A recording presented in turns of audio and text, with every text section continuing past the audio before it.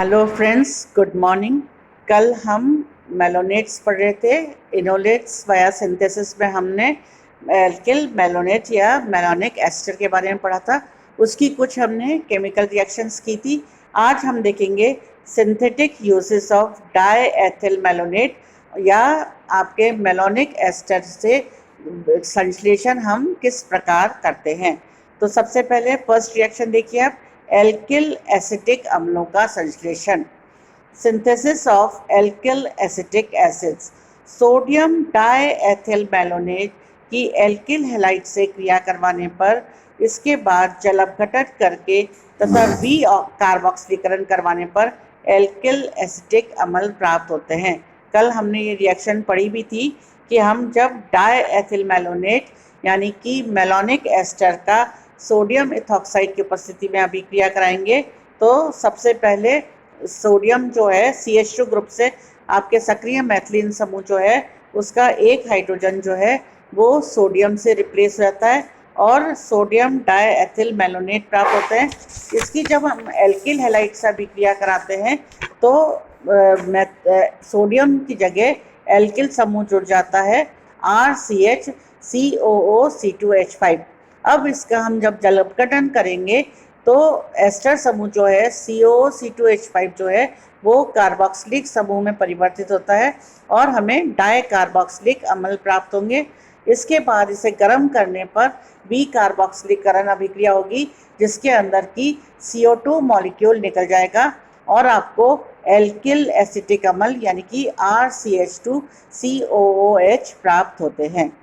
Second reaction देखिए बेटा आप, डाई एल्किल एसिटिक अम्लों का संश्लेषण। सोडियम डाइएथिल मेलोनेट का एल्किलीकरण अभिक्रिया दोहराने पर तथा जल अपघटन व विकार्बोक्सिलीकरण द्वारा डाई एल्किल एसिटिक अम्ल बनाए जा सकते हैं। अभी हमने अभिक्रिया पढ़ी थी कि सबसे पहले हम सोडियम इथॉक्साइड के साथ क्रिया कराते हैं तो हमें सोडियम मेलोनिक एस्टर प्राप्त होते हैं। सोडियम मेलोनिक एस्टर का हम एल्किलीकरण कराते हैं तो हमें एल्किल मेलोनिक एस्टर प्राप्त होते हैं। एल्किल मेलोनिक एस्टर का जल अपघटन करने पर हमें डाई कार्बोक्सिलिक अम्ल और इसका वी कार्बोक्सिलीकरण करने पर हमें एसिटिक अम्ल प्राप्त होते हैं। अब इस अभिक्रिया को हम दोहराएंगे। ये अभिक्रिया हमारी हो चुकी, इसको दोबारा हम दोहराते हैं तो हमें मिलेगा डाई एल्किल एसिटिक अम्ल। अब आप अभिक्रिया देखिए, आपका मेलोनिक एस्टर है सोडियम मेथॉक्साइड से। सबसे पहले सोडियम जो है वो CH2 ग्रुप के से हाइड्रोजन से रिप्लेस होता है। अब हम एल्किल हैलाइड CH3Br से क्रिया हमने कराई तो इसका दूसरा हाइड्रोजन भी है मैथिलीन समूह का, वो आपका हाइड्रोजन से आ गया, एल्किल समूह जुड़ गया इसमें।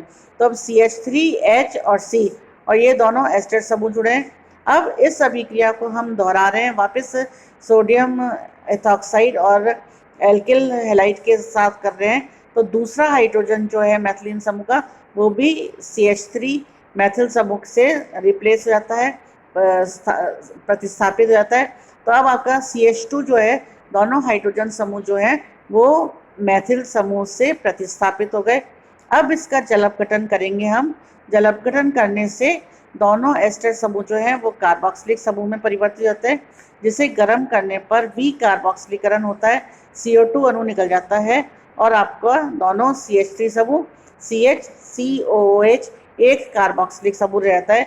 तो ये हो गया आपका 2 मैथिल प्रोपेनोइक अम्ल या इसे हम कहेंगे डाई मैथिल एसिटिक अम्ल। तो इस प्रकार हमने डाई एल्किल एसिटिक अम्ल का संश्लेषण किया।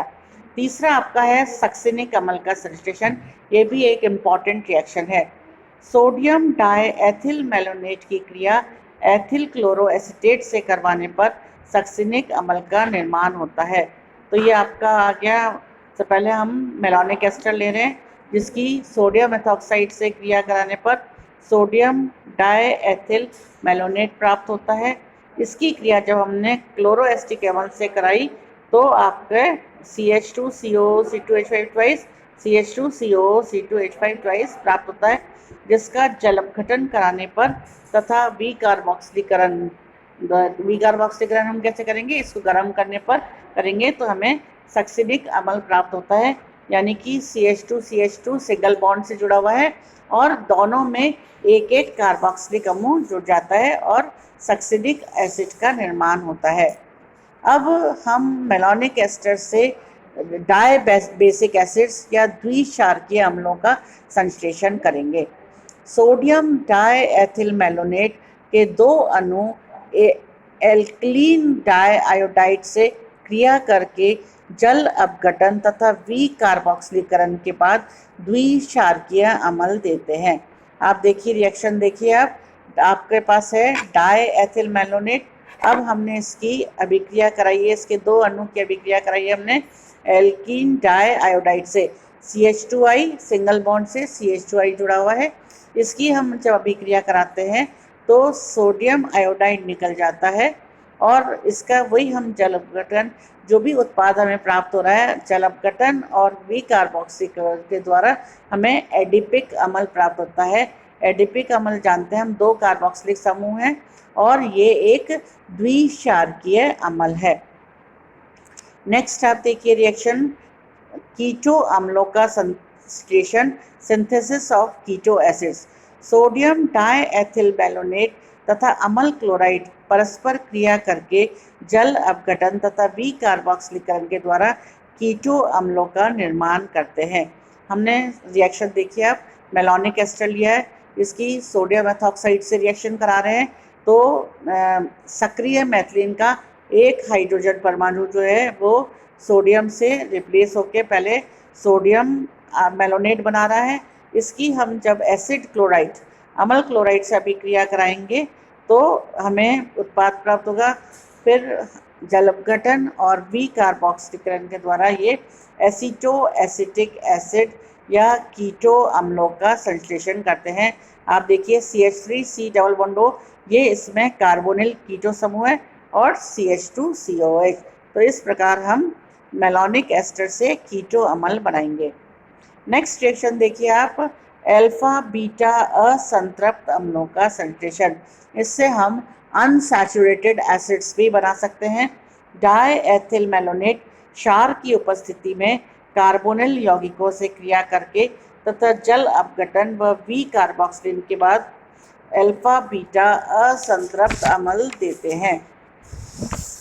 अब आपका ये मेलोनिक एस्टर है। पहले हमने एल्डिहाइड पिरिडीन की उपस्थिति में एल्डिहाइड से क्रिया कराई। एल्डिहाइड से क्रिया कराने से इसमें डबल बॉन्ड आ गया और इसका जब जल अपघटन कराया हमने तो CH3CH डबल बॉन्ड C और 2 कार्बोक्सिलिक समूह हैं। फिर हमने वही रिएक्शन कर रहे हैं, एसिड बनाने के लिए हमको जल अपघटन और विकार्बोक्सिलीकरण करना पड़ता है। गर्म करने से कार्बन डाइऑक्साइड निकल गया और आपको क्रोटोनिक अम्ल प्राप्त हो रहा है CH3CH double bond CHCOOH। Next reaction आप देखिए, अमीनो एसिड्स अल्फा अमीनो अम्लों का संश्लेषण। ये भी एक इम्पॉर्टेंट रिएक्शन है, synthesis of alpha amino acids. Die ethyl malonate का सोडियम एथॉक्साइड से रिएक्शन करेंगे। हम बार बार ये रिएक्शन पढ़ रहे हैं। सोडियम एथॉक्साइड के साथ मेथिलीन हाइड्रोजन जो है वो सोडियम से रिप्लेस होके सोडियम लवण बनाता है। फिर हम एल्किल हैलाइड CH3I से क्रिया करा रहे हैं और ब्रोमिनेशन करने पर ब्रोमीन ग्रुप इसमें जुड़ रहा है। जब अब इसका हम जल अपघटन कर रहे हैं, जल अपघटन करके विकार्बोक्सिलेशन करने पर कार्बन डाइऑक्साइड निकल गया और CH3CH BrCOOH कर रहे हैं। अब इसकी जब अमोनिया से क्रिया कराते हैं तो ब्रोमीन जो परमाणु है वो NH2 अमीनो समूह से रिप्लेस हो रहा है, प्रतिस्थापित हो रहा है और ये एक अमीनो अम्ल का निर्माण करता है ग्लाइसिन CH3CH, जिसमें कि NH2 समूह या अमीनो समूह जुड़ा है और कार्बोक्सिलिक समूह है। तो ये ग्लाइसिन हम मेलोनिक एस्टर से प्राप्त कर सकते हैं। एक और इम्पॉर्टेंट रिएक्शन है जिसे आप ध्यान से देखिए, बारबिट्रिक अम्ल का संश्लेषण, synthesis of barbituric acids. Die ethyl malonate urea के साथ क्रिया करके बारबिट्रिक अम्ल बनाते हैं। यूरिया का फॉर्मूला आप सब जानते हैं। यूरिया क्या हम टेस्ट भी करते हैं, लैब में भी हमारे लिए एक इम्पॉर्टेंट अभिकर्मक है NH2CO NH2। तो जब हम रिएक्शन देखिए डाई या मेलोनिक एस्टर की यूरिया से क्रिया करा रहे हैं तो एक चक्रीय अम्ल प्राप्त हो रहा है हमें, जो कि बारब्यूटिक अम्ल या इसे हम मेलानाइल यूरिया भी कहते हैं। तो बच्चों आपने देखा इस प्रकार हमने मेलानिक एस्टर से कई इम्पॉर्टेंट चीज़ों का संश्लेषण किया। तो ये दोनों ही जो है इनोलेट्स बनाते हैं। धन्यवाद।